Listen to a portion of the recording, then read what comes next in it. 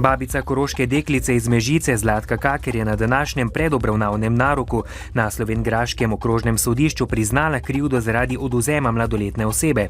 Sodišče je tako izreklo 9-mesečno hišno zaporno kazen.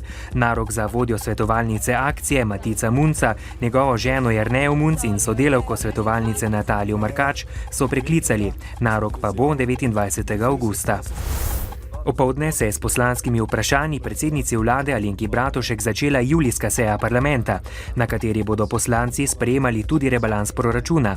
Po sinočnjem opominu iz Bruslja je opozicija opozorila, da je rebalans premalo varčevalen.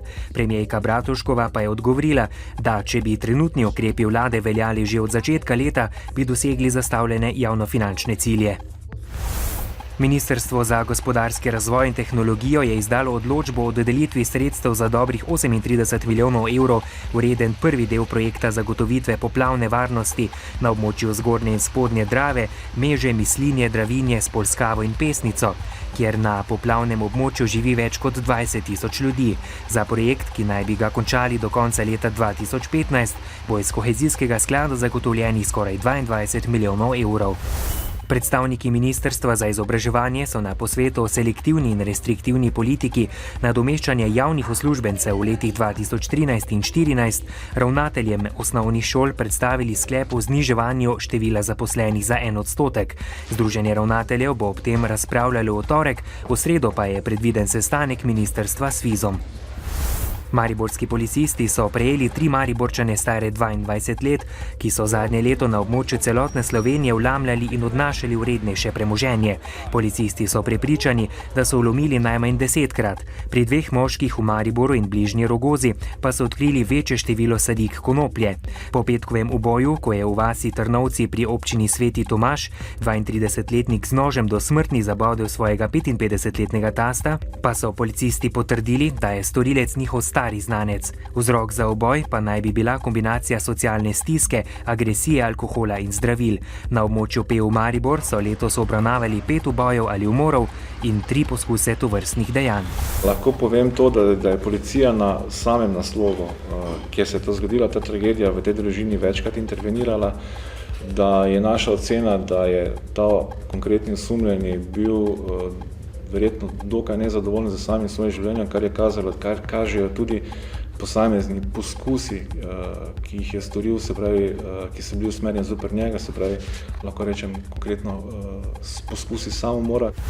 Ameriški spletni velikan Google je v Sloveniji začel s fotografiranjem ulic za program Google Street View, ki je namenjen uporabnikom spleta za raziskovanje različnih mest po svetu, turističnih, naravnih in kulturnih znamenitosti.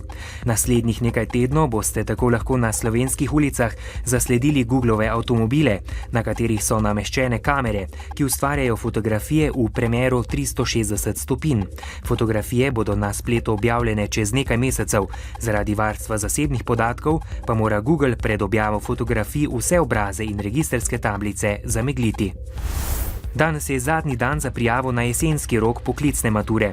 Ob kandidatih, ki bodo maturo opravljali prvič, se lahko prijavijo tudi tisti, ki želijo popraviti ali izboljšati rezultat spomladanskega roka poklicne mature. In še vreme, jutri bo precej jasno, čez dan bo nekaj kopaste oblačnosti in popoldne bodo nastale posamezne plohe ali nevihte, ki bodo verjetnejše v hribovitem svetu južne in severne Slovenije. Najnižje jutranje temperature bodo od 12 do 17, na Primorskem do 21, najvišje dnevne od 24 do 29, na Primorskem do 32 stopinj Celzija. V četrtek bo po precej jasnem jutro več sprejemljive oblačnosti. Sredi dneva in popoldne se bodo pojavile krajevne plohe in nevihte, ki se bodo lahko zavlekle tudi v noči na petek. V petek bo delno jasno s sprejemljivo oblačnostjo, čez dan bodo še posamezne plohe, malo hladneje bo. Danes v dnevniku televizije Maribor. Krajani cirkus o lokaciji železniške postaje še s predstavnikom ministrstva. Slovensko-bistriški svetniki dali zeleno luč za gradnjo obvoznice. Mariborske lekarne bodo ponovno nadzorovali politiki. Novice Štajerske, Pomurja in Koroške ob 18.